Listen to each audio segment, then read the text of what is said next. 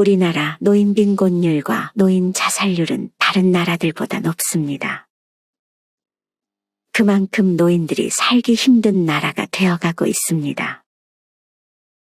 평균 수명은 늘어가는데 먹고 살기 힘들어하는 분들이 날이 갈수록 늘고 있습니다. 이렇게 된 것에는 사회의 잘못도 있지만 개인의 잘못이 없다고 할 수 없습니다. 너무 안일하게 생각해 미래에 대한 대비를 미루고 당장 지금의 행복을 위해 나중에 후회할 행동들을 선택하는 분들이 많이 계십니다. 물론 지난 세월 후회하지 않는 사람은 거의 없습니다. 그렇게 후회한들 세월을 다시 되돌릴 수도 없습니다. 지금이 가장 빠른 시기입니다. 아무리 몸부림치며 나름대로 최선을 다해 살아왔다고 해도 미래에 희망이 없어 보인다고 해도 포기하지 말고 지금부터 할 수 있는 일들을 차근차근 해야 합니다. 그렇다면 이 모든 것을 미리 경험한 인생 선배들은 어떤 후회를 하고 있을까요? 미래에 후회하지 않고 행복한 노후를 살기 위한 4가지 방법을 알려드리겠습니다. 첫 번째는 감정적으로 돈을 소비하지 않는 것입니다. 젊어서 노후에 대한 대비를 전혀 하지 않고 감정적으로 돈을 소비하는 분들이 많습니다. 앞서 얘기했듯 이것은 우리나라 노인 빈곤율을 높이는 주요 원인이 되기도 합니다. 여기서 말하는 감정적으로 돈을 소비한다는 것은 다음의 경우에 해당합니다. 예를 들어 나이 든 자신을 돌보기보다 젊은 자식들을 걱정하며 이것저것 지원해주거나 성인이 된 아이들을 감정적으로 안쓰럽게 여겨 기죽지 말라고 결혼 비용, 사업자금 등을 지원해주는 경우입니다. 이렇게 자식에 대한 감정이 앞서 내가 모아두었던 돈의 대부분을 자식을 위해 써버리는 것입니다. 이 밖에도 친했던 친구가 금전적으로 힘들 때 마음이 약해져 돈을 빌려주거나 대부분 사람에게 느끼는 감정적인 마음으로 인해 돈을 내가 아닌 다른 사람들을 위해 소비하게 됩니다. 하지만 이것은 결코 바람직한 행동이 아닙니다. 가장 중요한 것은 본인이 자녀의 도움을 받지 않을 정도의 경제력은 남겨두고 자식이든 친구든 도와주어야 합니다. 자녀들은 결혼 후에 절대 부모님의 인생을 책임져 주지 않습니다. 오래된 친구들도 마찬가지입니다. 돈 버는 것도 중요하지만 돈을 관리하는 것이 더 중요합니다.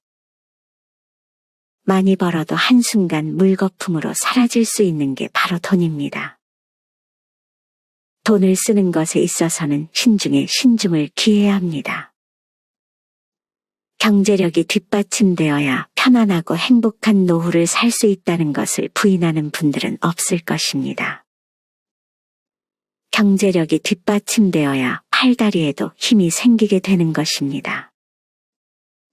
특히나 일생 동안 쓰는 의료비의 50%는 생애 마지막 10년에 집중 발생하게 된다고 합니다. 그러나 많은 분들이 이전에 모든 돈을 대부분 자식들을 도와주는 데 쓰거나 생각 없이 한 소비들로 돈을 모으지 못합니다. 이렇게 되면 아파도 병원에 가지 못하는 최악의 상황이 생길 수 있는 것입니다. 대부분 이런 것들은 다 미래의 일이라고 생각해 잘 대비하지 않습니다. 당장 지금만 생각해서 돈을 사용하는 사람들이 많습니다. 제가 자주 하는 얘기지만 제일 중요한 것은 자기 자신입니다. 자신을 먼저 돌볼 줄 알아야 나중에 나에게 미안한 일이 생기지 않습니다. 이런 상황을 만들지 않으려면 우리는 우리의 돈을 잘 지켜야 합니다. 일단 감정적으로 소비하지 않는 것이 첫 번째입니다. 그 다음은 금융 공부를 미리미리 해두시면 좋습니다. 많은 분들이 일을 다닐 때는 수입이 고정적으로 들어오기 때문에 그래도 먹고 사는데 지장이 없을 것이지만 문제는 은퇴 후입니다. 아무리 대기업에 다녔어도 은퇴 후에 힘들게 사시는 분들이 많이 있습니다. 대기업 다닐 때 들어오는 수입에 맞는 생활을 하다가 은퇴 후 수입이 크게 떨어집니다. 이때는 집에서 먹고 자는 것을 다 하기 때문에 생활하는 데 들어가는 돈이 오히려 더 많아질 수 있습니다. 그렇기 때문에 미리미리 금융에 대한 공부를 병행함으로써 은퇴를 하더라도 경제적으로 무너지지 않게 만드는 것이 중요합니다. 미국의 부호 워렌 버핏의 재산 중 90% 이상은 65세 이후에 만든 것이라고 합니다. 또한 몇십 년 전 일본의 주식으로 개인 소득 1위를 달성한 고레카와 긴조도 본격적으로 주식 시작한 것이 63세부터라고 합니다. 그러니 너무 늦었다고 생각하지 마시고 쉬운 것부터 차근차근 공부하는 것이 중요합니다. 전미 연방준비제도 의장 앨런 그린스퍼는 문자 문맹은 생활이 불편할 따름이지만 금융 문맹은 생존이 달린 문제라고 지적했습니다. 안타깝게도 실제 뉴스나 기사를 보면 평생 모은 돈을 금융사 직원이나 주변 사람의 말에 따라 투자했다가 큰 손실을 봤다는 얘기가 흔합니다. 이렇듯 금융에 대한 지식이 없으면 한순간에 모든 돈을 날리게 될 수 있는 것입니다. 내 돈은 내가 지켜야 하는 것입니다. 이것이 가능하려면 내가 스스로 공부하려는 자세가 필요합니다. 인생 선배들의 지혜 두 번째는 배움을 멈추지 않고 평생 즐길 수 있는 취미를 만드는 것입니다. WTO에서는 18세에서 65세까지를 청년, 66세에서 79세까지를 장년, 80세에서 99세까지를 노년으로 분류합니다. 영상을 보는 많은 분들은 아직 청년이거나 이제 막 청년이 지났을 뿐입니다. 이렇게 아직 젊기 때문에 무엇이든 배울 수 있습니다. 사실 나이가 들수록 친구를 만드는 것보다는 오히려 친구는 정리하는 것이 좋습니다. 노후의 시간은 매우 중요하기 때문에 친구와 대화하는 시간보다는 건강관리, 취미생활, 전문 공부 등의 시간을 많이 보내는 것이 좋습니다. 제 가까운 친척은 나이 60을 넘었음에도 불구하고 열심히 돈 벌고 지금은 은퇴해 어려서 너무 가난해서 하지 못했던 영어 공부를 열심히 하고 있습니다. 이렇게 배우면서 다시 학창시절로 돌아간 것 같다며 하루하루 너무 행복하다고 말하곤 합니다. 이렇듯 나이 들어서 할 게 없다고 느껴질 때는 내가 어렸을 적 하고 싶었던 것들이 무엇이 있었는지 떠올려 보는 것이 좋습니다. 그러면 도전하고 싶은 게 나타날 것입니다. 앞서 돈을 잘 모으라는 말씀을 드렸지만 사실 이렇게 배우는 데는 돈을 아끼지 말아야 합니다. 왜냐하면 이것은 자신을 위해 쓰는 돈이기 때문입니다. 자식, 친구 등 다른 사람이 아닌 오로지 자신의 행복을 위해 쓰는 돈이기 때문에 이렇게 쓰는 돈에는 망설임이 없어야 합니다. 많은 분들이 이제껏 수많은 사람들이 하는 걸 보고 은근히 따라해보고 싶고 나도 할 수 있겠다 생각하는 취미들이 있을 것입니다. 하지만 이것이 생각으로 그치는 경우가 많습니다. 생각에서 그치지 않고 실행해야 행복을 느낄 수 있습니다. 내가 해보고 싶었던 것, 남들이 하는 것 중에 나도 할 수 있겠다 싶은 것 중 제일 쉬워 보이는 것을 하나 정해 얼른 시작해보는 것이 좋습니다. 생각이 나지 않는 분들에게 추천드리는 취미는 글쓰기입니다. 특히나 글쓰기는 추운 겨울의 실내에서도 하기 좋은 취미입니다. 글을 쓰는데 필요한 것은 연필과 종이가 전부이기 때문에 누구나 시작할 수 있습니다. 뿐만 아니라 글쓰기는 노후에 생기는 우울증을 예방하는 데도 좋습니다. 자신의 내면의 감정을 글로써 표현하게 되면 장기적으로 행복감을 높여준다고 합니다. 무엇을 써야 할지 모르겠다면 이처럼 지금 자신이 느끼는 감정, 불안하다면 불안하다고 쓰면 되고 왜 불안한지 그 이유에 대해 써보는 것입니다. 오늘 하루 감사하는 것들에 대해 써보는 것도 좋고 그냥 지금의 내 감정을 있는 그대로 글로만 적으면 됩니다. 고대의 플라톤과 세네카 등 수많은 철학자들도 마찬가지로 자신의 글을 쓰며 마음의 위안을 받았다는 사례가 있습니다. 글을 굳이 남에게 보여주지 않아도 괜찮습니다. 어차피 내가 쓴 글은 나만 볼 것이기 때문에 정말 솔직하게 내 감정을 써내려가다 보면 마음이 안정되어 가는 것을 느끼실 수 있고 글쓰기를 평생 할 수 있는 정말 좋은 취미로까지 만들 수 있습니다. 앞서 얘기했던 우울증 개선뿐만 아니라 이렇게 내면의 감정을 글로써 표현하게 되면 관절염이나 과민성 대장 증후군 등의 만성질환을 예방하는 데 효과적이라는 연구 결과도 있습니다. 뿐만 아니라 암 환자를 대상으로 글쓰기의 효능을 연구했는데 글쓰기를 하는 것만으로 암에 대한 통증을 완화시키는 역할을 하기도 했다고 합니다. 이 밖에 인지 기능을 높여주고 생각 정리와 스트레스 해소에 도움을 주는 글쓰기는 노년의 산책과 더불어 가장 추천드리는 취미 중 하나입니다. 글쓰기 대신 그림을 그리는 것도 아주 좋습니다. 그림을 그리는 것은 글쓰기와 마찬가지로 많은 준비물이 필요하지 않고 실내에서도 충분히 할 수 있는 취미입니다.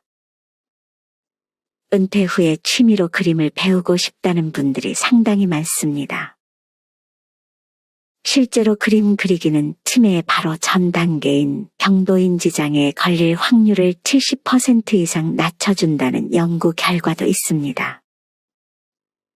그림을 그릴 때 손의 미세한 움직임과 관련한 신경이 활성화되고 고도의 집중력을 요하기 때문에 뇌에 지속적으로 자극을 줍니다. 또한 그림 그리기에 빠지는 사람들은 그림을 그리는 동안 쓸데없는 잡념에서 벗어날 수 있기 때문에 그림 그리는 것에 큰 매력을 느낍니다. 노후에는 아무래도 젊었을 때보다 시간이 많아지게 됩니다.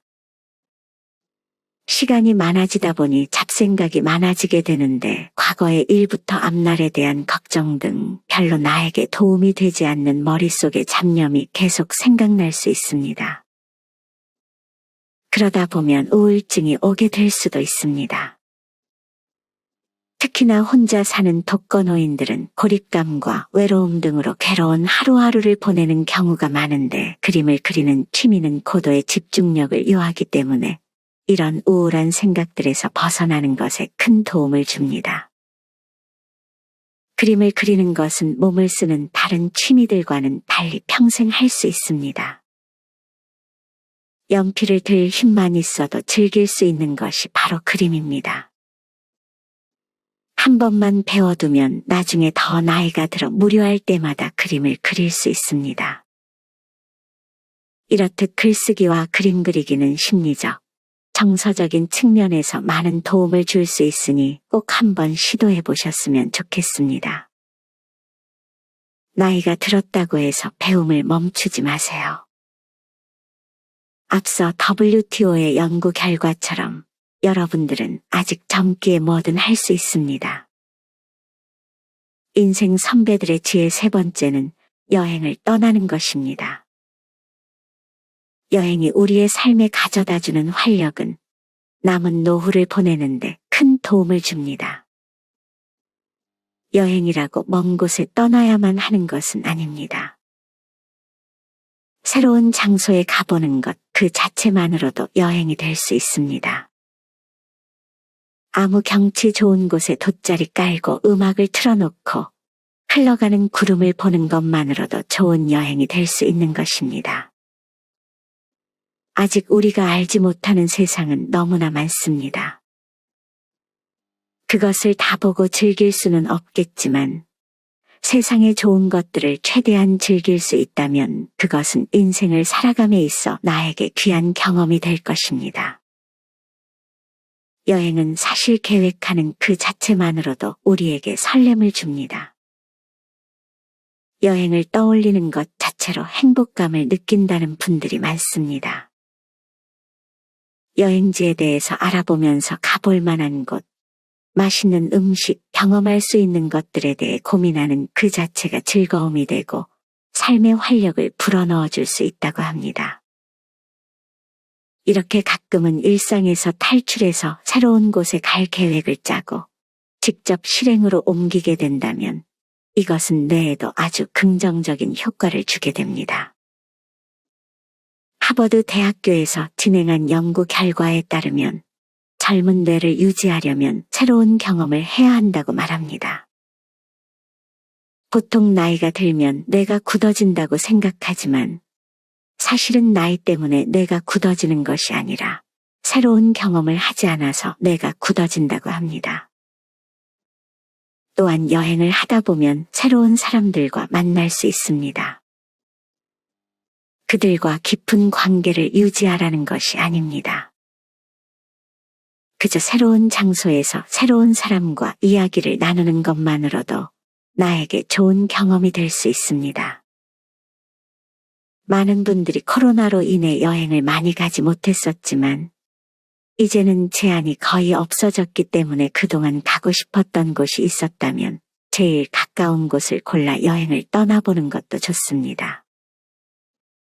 이렇게 여행을 다니면 몸을 움직일 수 있어 건강에도 큰 도움이 됩니다. 여행을 계획했다가도 막상 떠나기 전에는 잘 다녀올 수 있을까 하는 걱정이 들기 마련입니다. 막상 떠나면 집이 그리워지기도 합니다.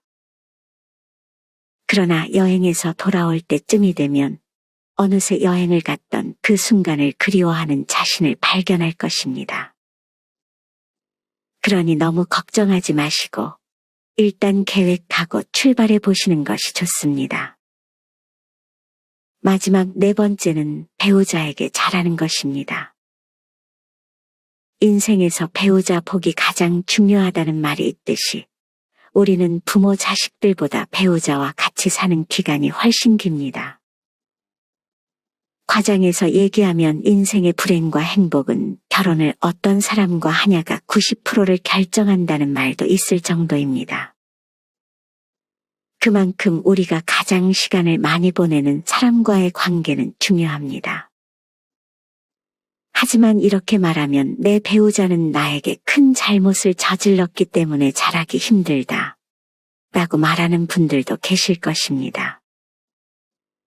아무리 혼자 잘한다고 한들 배우자가 같이 노력하지 않으면 혼자만 너무 힘든 상황이 될 수 있습니다. 이럴 때도 배우자에게 잘하라고 말하기는 힘듭니다. 이때는 그냥 자기 자신을 제일 중요하게 여기면서 행동하는 것이 좋습니다. 다만 너무 원망만 하는 것은 나 자신에게 도움이 되지 않을 수 있습니다.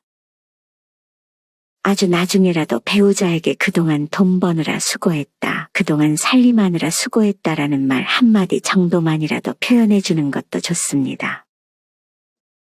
서로 겉으로 보여지는 것과 속마음은 다를 수 있다는 생각을 가지고 먼저 다가가는 연습을 천천히 해보시는 것이 장기적으로 내 행복에 도움이 될 수 있습니다. 반면 배우자와 잘 맞는다면 친구도 필요가 없게 됩니다. 배우자와 성격적인 부분, 가치관 등이 잘 맞는 것은 정말 큰 복입니다. 이런 배우자가 있다면 고맙다, 사랑한다는 말을 전하는 것이 좋습니다. 이렇게 오늘은 나이가 들어 후회하지 않으려면 해야 할 4가지에 대해 말씀드렸습니다. 첫째는 감정적으로 돈을 소비하지 않는 것, 둘째는 배움을 멈추지 말고 평생 할 수 있는 취미를 가지는 것, 셋째는 여행을 가까운 곳이라도 떠나는 것, 마지막 넷째는 배우자에게 따뜻한 말 한마디를 건네는 것입니다. 사실 이 모든 것보다 중요한 것은 건강입니다. 건강해야 돈도 배우자도 친구도 자식과도 관계가 좋아집니다. 건강하지 못하다면 주변 사람들이 다 떠나가고 내가 하고 싶은 취미를 할 수 없게 됩니다. 노인의 나이가 되고 보니 젊다는 핑계로 과거의 건강관리를 소홀히 했던 것을 후회하는 분들이 정말 많습니다. 늦었지만 지금이라도 꾸준히 운동하며 건강에 신경을 쓰는 것이 좋습니다. 그 중에서도 흡연은 정말 좋지 않습니다. 부부 중 한 사람이 흡연을 한다면 그 배우자에게도 간접 흡연으로 건강을 해칠 수 있고 자식들의 건강에도 안 좋은 영향을 미칠 수 있습니다. 흡연의 안 좋은 점은 굳이 설명드릴 필요가 없을 정도로 많은 분들이 알 것이라 생각합니다. 이렇게 말하면 내가 아는 누구는 90살까지 흡연하는데 건강하게 잘 살고 있다고 말할 수도 있습니다. 하지만 이는 특이한 경우일 뿐입니다. 흡연을 해서 건강을 유지하는 사람보다 그렇지 않은 사람들이 훨씬 많습니다. 이렇듯 자기 자신과 가족을 위해서라도 힘들지만 조금씩 흡연 횟수를 줄여나가고 필요하다면 금연 상담을 받아 꼭 금연에 성공하셨으면 좋겠습니다. 사실 이 모든 것들이 누군가에게는 뻔한 얘기처럼 들릴 수도 있습니다. 하지만 여러분들은 이것을 다 실천하고 계신가요?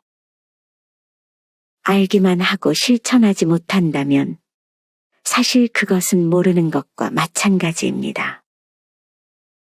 이 영상을 계기로 오늘 말씀드린 것 중에 한 가지만이라도 실천한다면 여러분들은 더 나은 노후를 보내실 수 있을 것이라 확신합니다.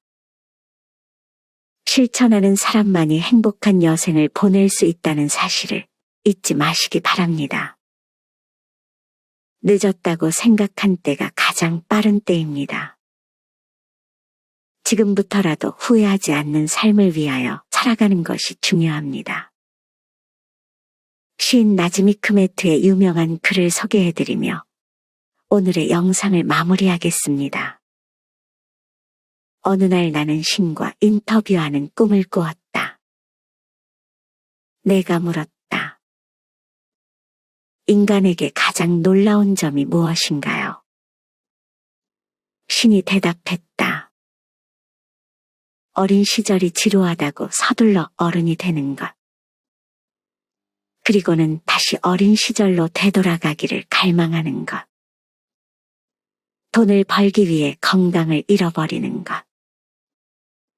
그리고는 건강을 되찾기 위해 돈을 다 잃는 것. 미래를 염려하느라 현재를 놓쳐버리는 것. 그리하여 결국 현재에도 미래에도 살지 못하는 것. 결코 죽지 않을 것처럼 사는 것. 그리고는 결코 살아본 적이 없는 듯 무의미하게 죽는 것. 신이 나의 손을 잡았다. 우리는 잠시 침묵에 잠겼다.